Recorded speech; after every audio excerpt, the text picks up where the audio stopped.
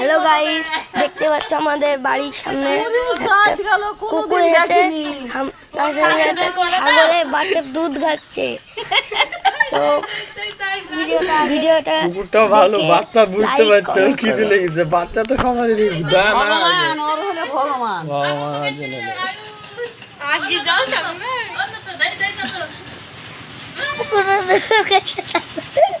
আরে খিদে লেগেছে বাচ্চাদের।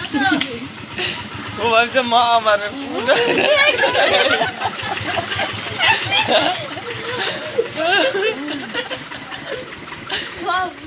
কিচ্ছু হবে না, বাচ্চা জানে তো দুধ খাবে। এ বাচ্চাই বাকাত এই তো প্রিয়াঙ্কা মজা দেখছো এলা খা খা।